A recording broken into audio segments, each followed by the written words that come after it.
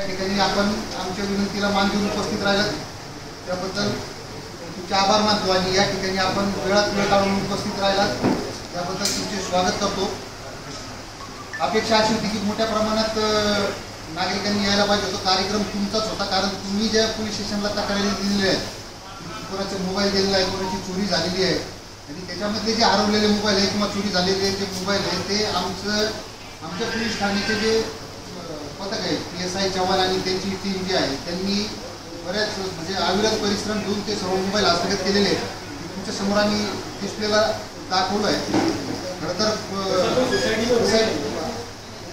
हा रेजिंग डेचा कालावधी सुरू आहे म्हणजे 2 जानेवारी 1961 साली महाराष्ट्र पोलीस दलाची स्थापना झालेली होती आणि त्या स्थापनेच्या अनुषंगाने प्रत्येक वर्षाच्या 2 जानेवारीपासून एक आठवडाभर हा रेजिंग डे साजरा केला जातो। त्या रेजिंग डेच्या अनुषंगाने जे तक्रारदार असतात त्यांना जो काही मुद्देमाल असतो चोरीचा किंवा हरवलेला तो आम्ही परत करायचा कार्यक्रम करत असतो।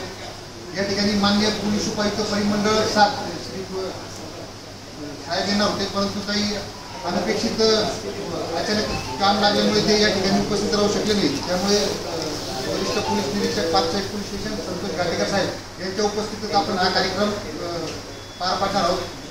तर आता मी तुम्हाला थोडक्यात रेजिंग डेचा आणि काही त्याचं मी तुम्हाला सांगितलं आहे। तुमचा वेळ पण जास्त महत्त्वाचा आहे कारण बघितलं जवळपास 120 लोकांचे तक्रारदार आहेत आमच्याकडे आणि त्याच्यातले फक्त जवळपास 15च तक्रारदार या ठिकाणी उपस्थित आहेत। प्रत्येकाच्या पाठीमागे काहीतरी व्याप आहे, प्रत्येकजण कुठे ना कुठे बिझी आहे ते पण आम्ही समजू शकतो।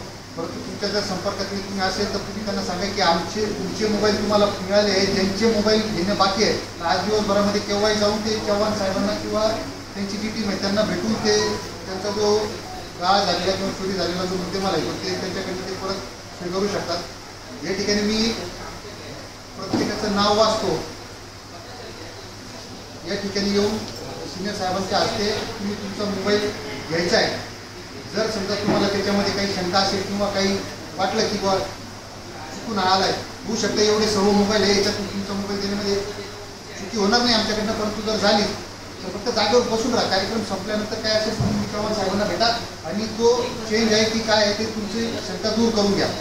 तर मी सर्वप्रथम या नवीन वर्षामध्ये तक्रारदार राहुल माने यांच्या घरामध्ये घरफोडी झाली होती आणि त्यांच्या घराचा दरवाजा तोडून त्यांच्या घरामध्ये असलेले सोन्याचे दागिने आणि चांदीचं ब्रेसलेट हे चोरी झालं होतं। जे आमच्या पोलीस पथकाने म्हणजे काही तासात म्हणण्यापेक्षा काही वेळातच तो गुन्हा आरोपी सर डिटेक्ट केलेला आहे आणि त्याच्याकडनं त्यांचा चोरी झालेला जो 100% मुद्देमाल होता तो संपूर्ण रिकवर सुद्धा केलेला आहे। खरोखर आमच्या पोलिसांची उल्लेखनीय कामगिरी आहे, परंतु जोपर्यंत तुम्ही शाबासकी देत नाही तोपर्यंत त्यांच्या पाठीवर ती हात सुद्धा पडणार। मी सर्वप्रथम राहुल माने यांना विनंती करतो की त्यांचा जो चोरी झालेला मुद्देमाल आहे या ठिकाणी ठेवलेला आहे तो सिनियर साहेबांच्या हस्ते त्यांनी स्वीकारायचा आहे।